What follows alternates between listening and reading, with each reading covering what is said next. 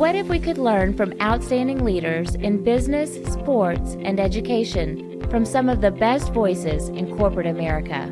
Lighting the Path is a series of interviews with industry leaders whose stories highlight strategies that build purpose-driven cultures, engage and retain top talent, develop drivers that create high-performance teams, and connect people to the vision of your company.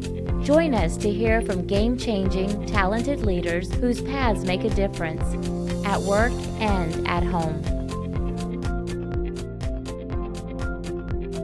Today's guest is Curtis Sprouse, the CEO and president of Eureka Connect. And I found Curtis through some research I was doing, specifically in the area of what goes on in our head drives us in the direction where success lies. And as leaders, a lot of times the battleground is not what happens out on the factory floor. It happens what happens in the head. And Curtis has spent literally decades helping organizations improve leadership. And most importantly, leadership is about communication to increase performance. And he's taken it from a behavioral science approach and is really data-driven. And in today's time, it kind of caught my eye because of this emphasis we have on how data is the key to our success. But I think the data, especially when it comes to self-awareness as leaders, is the key that's going to open doors to our future to achieve what we want to achieve. Curtis, welcome to the show. Mike, thanks for having me. I appreciate the opportunity to chat with your audience.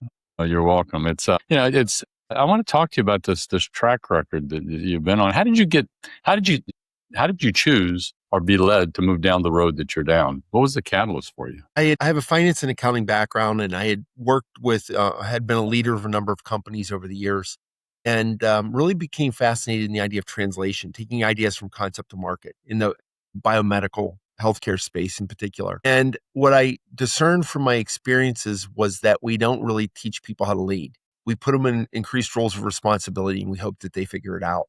So in 2009, I had worked with behavioral tools for years and years and years in building my teams, but I decided to start a behavioral science company with the idea of using data to define what I call behavioral mechanism of action. You and I talked about this a little bit in our warm-up, Mike. What are the reasons Mike acts and reacts the way he does? What's the why? And having data that helps us understand why helps us to focus the development and advancement of that particular individual. And so in 2009, we launched Eureka Connect, and we've now worked with, we're just approaching, me personally, about 5,000 people within predominantly biopharma, med tech. We've worked with big companies, big banks, and big, companies that move stuff around you get packages from every day. We've worked with those types of companies as well. But because of my Rolodex and my experience predominantly in the healthcare sector, and have just had a great opportunity to work with many brilliant leaders, many people that have struggled and are struggling. I was sharing with you earlier today, had conversations with two people who are just dealing with personal lives and work struggles, and nothing that's unique to them.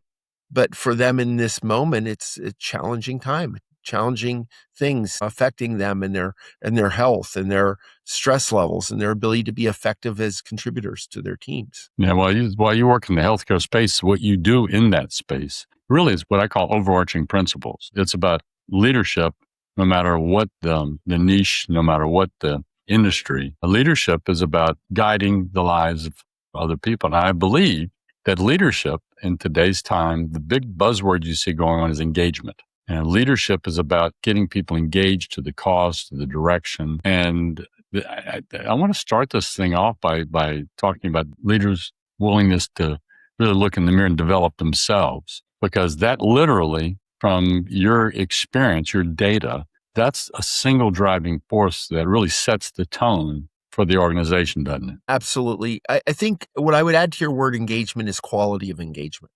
Yeah, I think that they engage typically, let's break it down. I like to make it simple. Our models are really complicated and pages of data on each person, but it comes down to two simple things. When you and I started chatting today, we can control the quality of our relationship. And there's only three outcomes. It either gets better, we maintain it, or it gets worse. That's it. There's nothing else. Mm-hmm. And then we go into the topic. We can have a great conversation and advance our understanding of that topic. We can hold our ground and maintain what we know relative to that topic, or we can denigrate what we know by having differences of opinion where it affects our relationship or affects our ability to move forward or to develop consensus. And so I look at what we do is we help people understand from a behavioral perspective what gets in the way of strengthening relationships and advancing situations. To me, it's that simple. And when you make it simple, then it's the complicated factors that get in the way of that.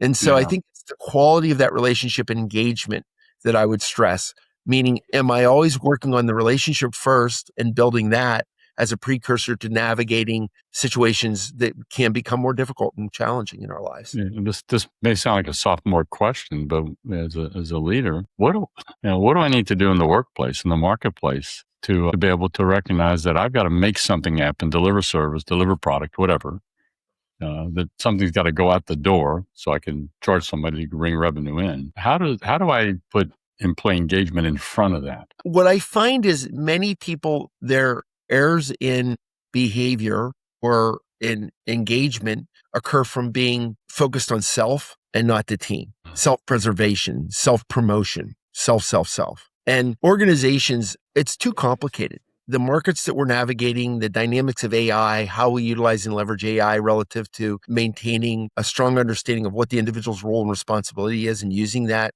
this new tool we have. These are all complicated factors that when we start to put ourselves as the focal point of what we're trying to navigate, why and how we navigate, I think what we do is we compromise the strength of the team. Case in point, I had a situation this morning where one of my clients was telling me that they had an interaction with one of their colleagues. The colleague had sent them a deck and asked for some suggestions on the deck. This person responded with a number of suggestions, but responded to the group, which included the person who was sending the deck's boss and their boss's boss. And so the person that sent the deck and asked for the feedback just really went at the individual that had given the feedback.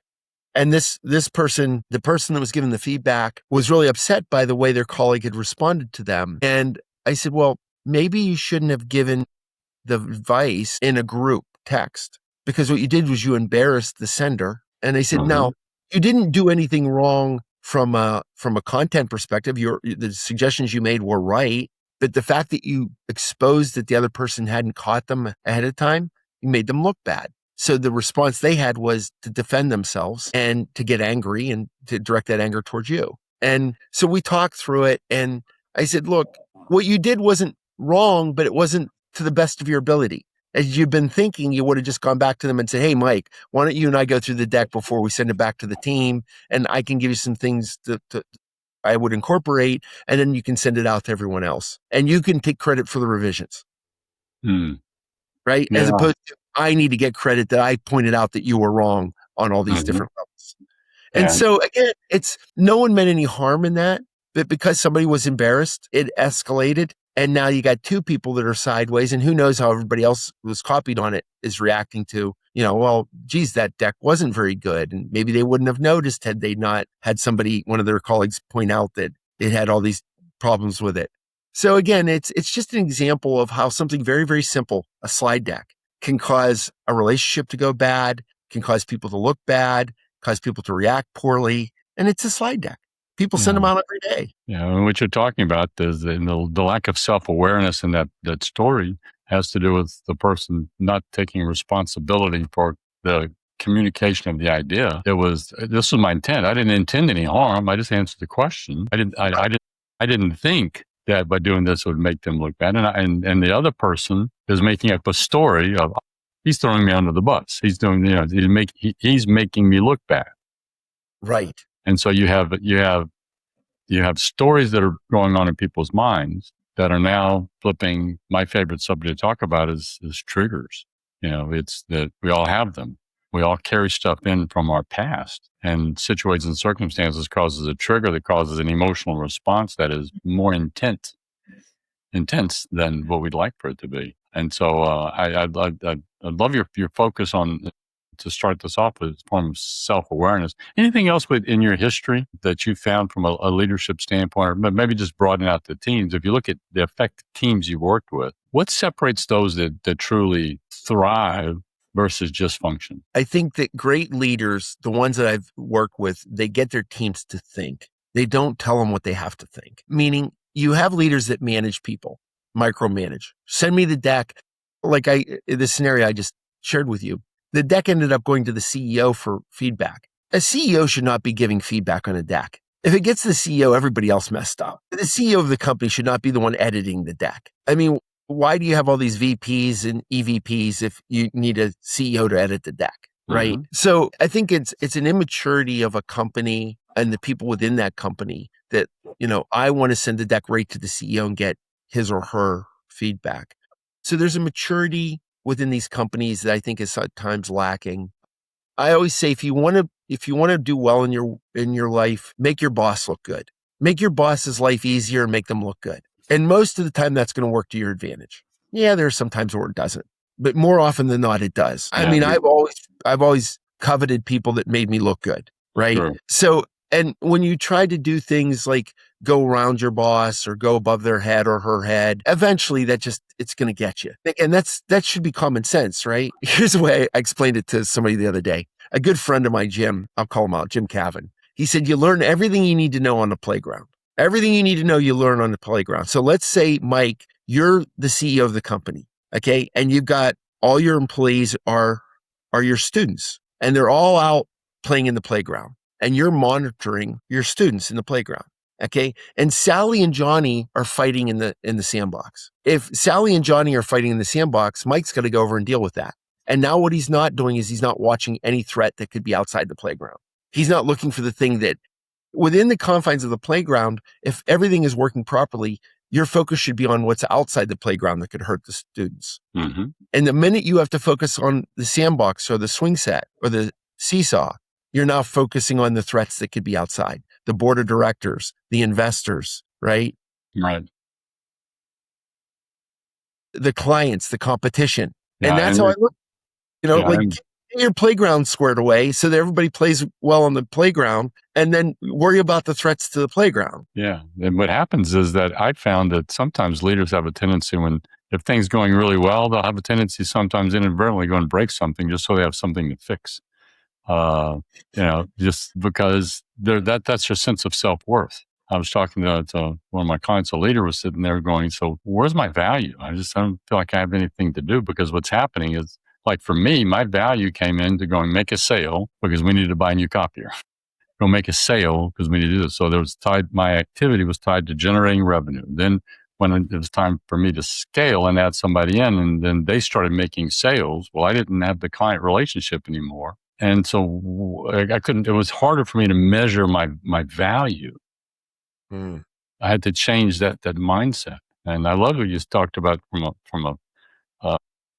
it's the fact that we don't learn. It's I call it flathead syndrome. The reason why this is so flat is that's for me banging my head up against the wall over the years, telling me I'm not going to do that again. I'm not going to do that again. That's why somebody like yourself and myself, the work we spend, there's resources that are available today to really help leaders do a more effective job of guiding and growing. And in your place, you help leaders really get a better understanding of, you referred to it as data. Help our listeners understand what's available or what they should be looking at from a self-awareness standpoint to take this out of concept into functional, practical application. Well, you bring up a good point. The data is helpful, or I should say it can be helpful. I'll give you a great example. I'm doing this executive leadership team, and I did the one-on-one with one of the key guys, one of the senior people on the team, 30 years experience, and it's not the guy's first rodeo. And then we did a team training where I spent 2 days with the team. And this guy was a little chippy, right? He was like, well, you're not telling me how to work with Mike. Well, that's not the point. I'm not going to be here all the time to tell you how to work with Mike. Like, if you can't figure out Mike, that's at your level, that's a problem. Mm-hmm. I'm here to tell you why you're struggling to figure out Mike, but not to tell you exactly how to work with Mike. Mm-hmm. And so he gave me a couple examples. I said, give me a couple examples of what you're struggling with. Let's get away from the data. And so we started to talk about these examples. And I said, well, first of all, you got a chip on your shoulder, and that's being projected in your interactions with others. I said, case in point, you talked down to me last week when we were in the training. And I said, so if you're doing it to me, you're probably doing it to your team members. So we talked about some specific scenarios. And And I brought up that whole idea of you're not elevating your boss. You keep saying, I need this. I want this. I should be recognized for this. It's all these me, I. What about them? What's in it for Mike? Right? Mm-hmm. So I told him the story years and years ago. I had a person come to work for me and they said, well, what are you going to pay me? And I said, what do you want to make? And they said, well, what do you mean what I want? I said, what do you want to make? And the person said, I want to make $300,000 a year. I said, oh, great. I think that's a good number. I said, so you're going to remember, for me to pay you $300,000, you have to make me $300,000. Meaning, why the hell would I take the risk on you and paying you $300,000 if there isn't something in it for me? Which means I should be able to make that much on you. And they're like, well, nobody ever told me it that way. And I said, and I can show you how to do it. Like, I can tell you how much revenue, because not only do you have to cover what I get out of it, what you get out of it, we have to cover our overhead. You bet all your G&A expenses, all your overhead. Yeah, exactly. So I said, so we're probably talking about, let's just say maybe 4 times what you want to make is what you need to generate in revenue. So I said, if you can generate that, I said, I think I can get you 300,000 easily. And they're like, well, that's a big number. I said, you got it. But I said, for me to make what I want to make, I have to generate more than that because I have to support you before I get to be, I don't get to eat until after you've had your fill. That's right. Right. And so nobody had really ever explained it to him that way before. Mm-hmm. I'll elevate you when you elevate me. That's the business part of this. Yeah. That right. Also, what you just described, though, was taking the time out to help people understand their role and how their role fits into the business they're involved with, as opposed to just the task that they're doing. And so, because then you're looking at the big picture. And when somebody sees the big picture, silos have a potential of being able to fall down. If we only are looking at tasks and responsibilities, we stay in silo mode, as opposed to being able to look at, this is the direction, this is where we're trying to head. I'm looking at that, especially the high stress environment that we're in today. And I say today, I'm trying to remember a time in the last 30 years I've been in business, it wasn't a high stress environment, just different circumstances right now. But there's because of speed, because of, you talk about data, the challenge I see that I wrestle with, Curtis, is one of my clients, is there's so much emphasis on data, is what's important. How do I get and how do I understand what's important that affects the culture of the team? Is there any guidance that you provide to people to help them be able to prioritize what they should be looking at to help them do a better job of navigating or shepherding their organizations? I think that too often common sense is lost, right? It's just doesn't make sense. Data is so critical, but you have to look at, where did the data emanate from? Is it reliable? Was it constructed by somebody that had an alternative motive? Meaning, is it source data? I live in a world where data is critical to everything you do. It's a regulated environment. But we know, all you have to do is Google fines. I'm sorry. I got my phone on here.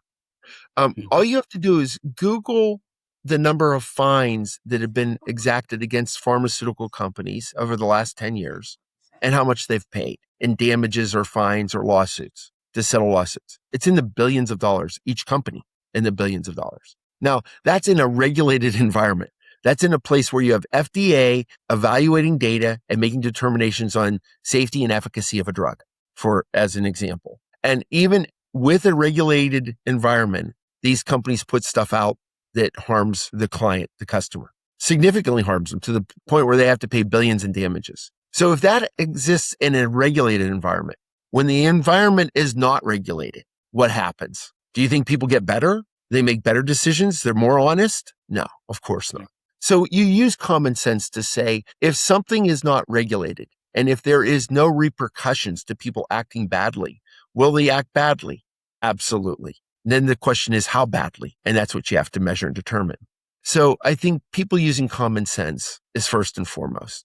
Yeah, I wrote that down because I'm going to make sure that shows up in our show notes, because it's the second time that statement has come up in the last couple of weeks. And what's funny for me is I call it the brick upside the head. You hear it once, it's okay. When we hear it twice, today's twice. You got to pay attention to it. And when you get the third time, that's somebody trying to get your attention. And I think in today's time, we can go into reactionary mode because we're looking at information and we move too quickly. And we make up a story around the data as opposed to pushing to get more information on the table so that we're not making up the story. The data is providing an accurate picture. And I just feel compelled for you and I to try to help our listeners with this. We're talking about the data. And if somebody's listening in and they're not a data scientist, when we're talking about a leader really embracing data, what are things that they need to be looking at and to really do a better job as a leader, to increase their effectiveness as a leader? I think you have to be willing to look at, we all know that people make decisions in the emotional brain. You've studied this, you know this, Mike. So the decisions are made in the emotional brain, and then we go find a data point that substantiates our emotional position. Mm-hmm. And one of the things that's prevalent right now is vaccines. Do you vax or non-vax? Mm-hmm. Right? So people that are, they believe in vaccines, they'll call people who don't believe in them non-vaxxers, as if it's a negative or bad thing, right? It's a difference in opinion based on looking at a different spectrum of data, right? So if you only relegate yourself to the data that substantiates and supports what you believe, and you dismiss anything that contradicts that, then you're not looking at reality. Mm-hmm. And so I have a friend that he famously says, Gary Magnet, if you don't find the truth will find you. Truth is true, right?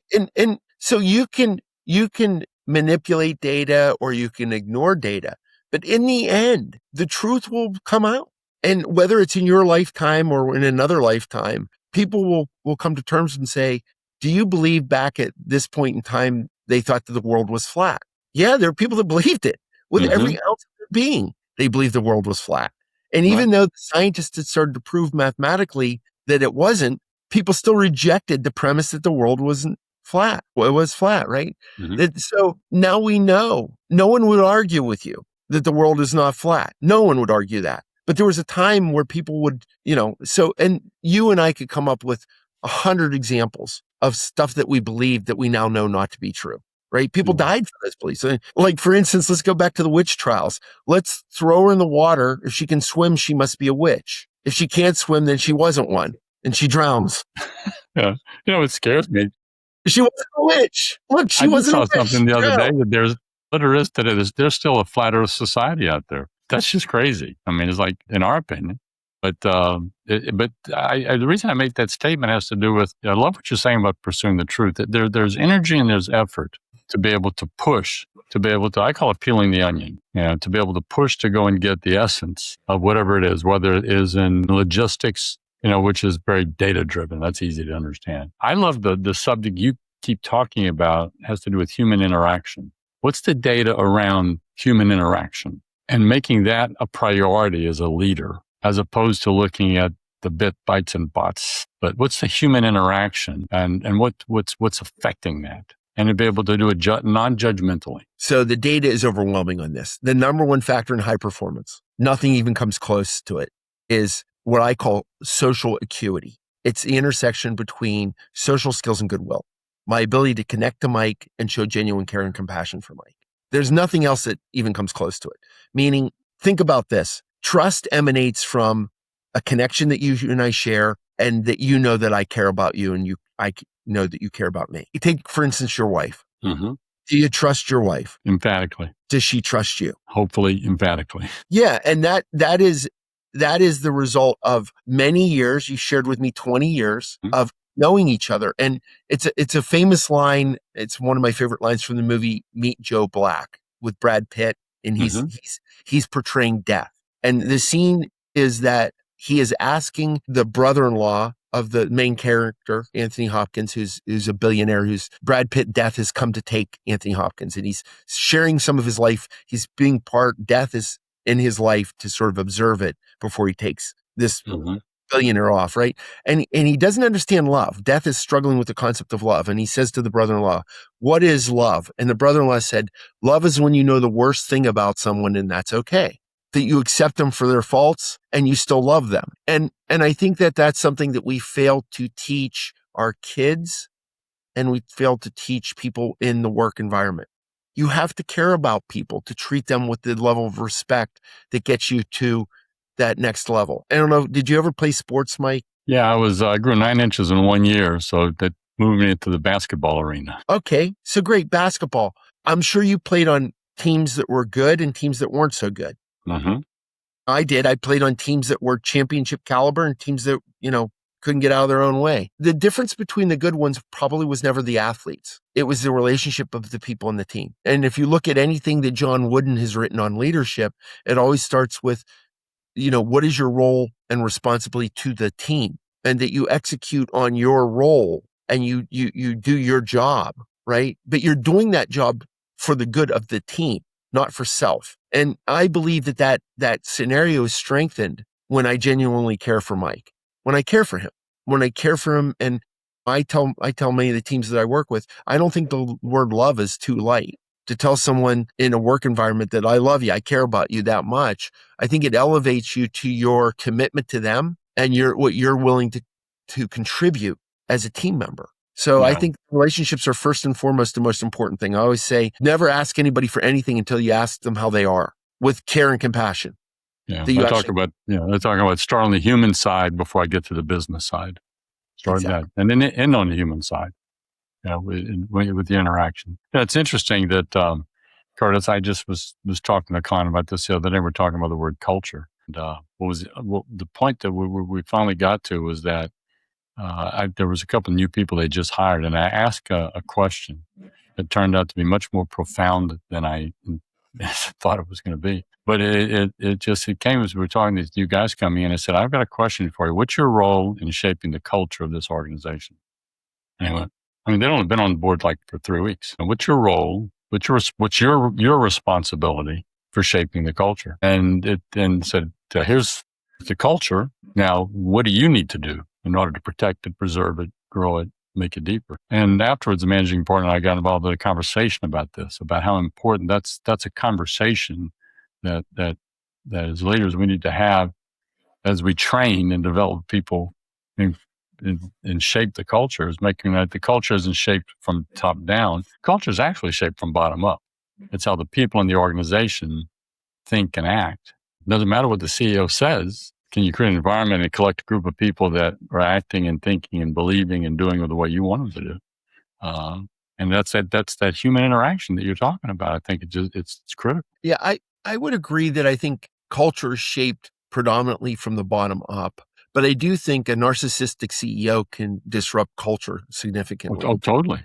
And so I think it's both have to be present for a company to truly find, its best version of itself. I don't believe that big companies have cultures. I think teams or organizations are within those companies have cultures. A company like Pfizer or GE or GM or Boeing, I think that, if you took salespeople or biz dev people at Boeing and you looked at engineers at Boeing, you're going to find different dynamics and different cultures on those teams. I do think there are overreaching themes that organizations have, which is, respect for the employee, the client always comes first, and that they demonstrate that in how they've organized their company and how they reward people. So I believe that there are certain functions of the company and how it conducts its business that dictate culture or influence culture. But I believe wholeheartedly that cultures are developed on teams by the people on those teams and how they treat each other. And that you can have, I've seen it with big companies I've worked with over the years where certain teams are what I would call high performing and high functioning, meaning the people on the teams are good, solid people. They enjoy their lives and they do good work. I've seen high performing teams where people don't have great lives. They don't get along well, but they put up big numbers. Mm-hmm. And then I've seen dysfunctional teams where they are not high performing, nor are they high functioning. Yeah. That's with the high functioning piece, which is I work with a lot of teams that can put up good numbers, but they don't enjoy it. People don't have great health. They're stressed. You can put pressure on people in certain ways where you can get them to perform, but it's usually not sustainable. Yeah, because the pressure is coming from top down as opposed to something that's coming from inside the heart outward, being able to drive along those lines. And so you use in your data gathering as you work with companies, you guys have some assessment resources that you built to help really mine the data for the clients that you work with. Tell us a little bit about it. So we use instruments. These are instruments that have been around for quite some time. They're validated instruments, meaning there is a amount of rigor and analysis that's been done to make sure that these things work. They address genders, they address cultural dynamics. They are different philosophies on behavior. So they're not uniform. You find that many programs like a Myers-Briggs has a theory behind it, or Strength Finders. We're using multiple theories of behavior, and then we're integrating that data so that we get a more granular understanding of the individual. And I think that gives us a richer data set as it relates to understanding the why Mm-hmm. people do. And as I told you before we started to put this on tape or video, it's a tool. It's as good as its user, meaning I think it's a very good tool. And I'm happy to, anybody wants a challenge that they've got a better one, I'm happy to have that discussion with them. I think it's a very good tool, and I think it works really well. And I think that we implement it quite well. But I've worked with teams that didn't have a great experience because the leader didn't own their own development, because they didn't project that they were serious about holding people accountable to improve their behavior or improve themselves or their contribution. A leader can disrupt the use of a good tool, and in the end, it can have little or no effect. I always, I like to work in numbers. If you took 100 people, typically 80% of them are average to bad at what they do. 20% are really good, meaning you could hit them with a baseball bat and they'd still get better. They just, that was such a great awakening. You hit me with a bat. That really, there's certain people that just will always find the positive and they'll build something off of it and they'll make it better. That's about 20%, let's say. Where the real opportunity for companies is elevating the middle and then diminishing or reducing or eliminating the bottom, meaning that you make it uncomfortable for people who aren't naturally never going to be great performers to leave. They self-select out themselves. And what I find in many of our really successful engagements, by year 2, the bottom, that negative factor on a team or in the organization is 3 to 7%. And so you get it below 20%, I think that's a huge win. And that you find that the top 20% are elevating everything in the middle. Mm-hmm. Meaning that those people are getting to a higher level. And so now the 20% becomes maybe 25 or 30% that are really high performing, right? Yeah. And so I look at it statistically, if I can help a team get to 30% really high performers, 3% low performers, and everybody in the middle moving up, that's going to be a great organization. I don't care what you want them to do. They'll be great. That's why your message is so important today, Curtis. And I'll use an outside data gathering source since this is your space, but it's Gallup teams up with SHRM every year to monitor the engagement factor. And they found that what I've been fascinated by is that they fall right in line with the numbers that you're talking about, is that totally engaged people, they're all in. It's out of a group of 100 is only like, I forget what the latest numbers were, but it's only like, 20-something%. But it's that middle area. The bottom 18%, those are the ones that are totally disengaged. They're the ones that quit, just forgot to tell anybody. But it's that middle group that is over 50% in the middle are somewhat disengaged. They're not totally all in. And I call it the nudge factor. And that's what you're talking about, is that if you can nudge those people upward, you can literally reshape the organization by just nudging a few more up into that area. And as a leader, that's the group that we need to be focusing our time on. You've got a lot of resources that are available. What's the best way for somebody to find you? You can go to our website, eurekaconnect.com. Or you can Shauna at eurekaconnect.com, SHANA, Shauna at eurekaconnect.com is my assistant. She can get you on my schedule if you want to chat and learn more about what we do. Or there's you contact us through the website, Eureka Connect.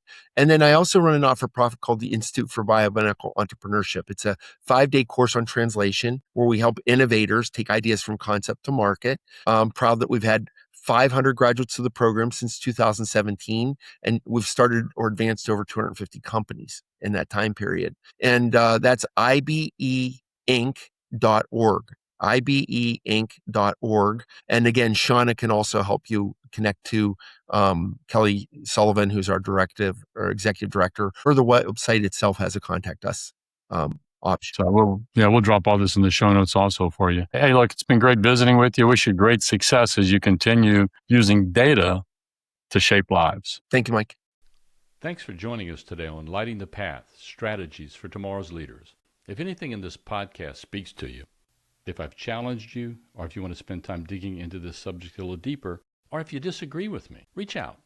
My contact information is on our website, lightingthepath.net, or email me at mike@mikelejeune.com. Also, look for me on LinkedIn. I'd love to connect our networks. Keep lighting the path for those who choose to follow you. It's more than a responsibility. It's an honor.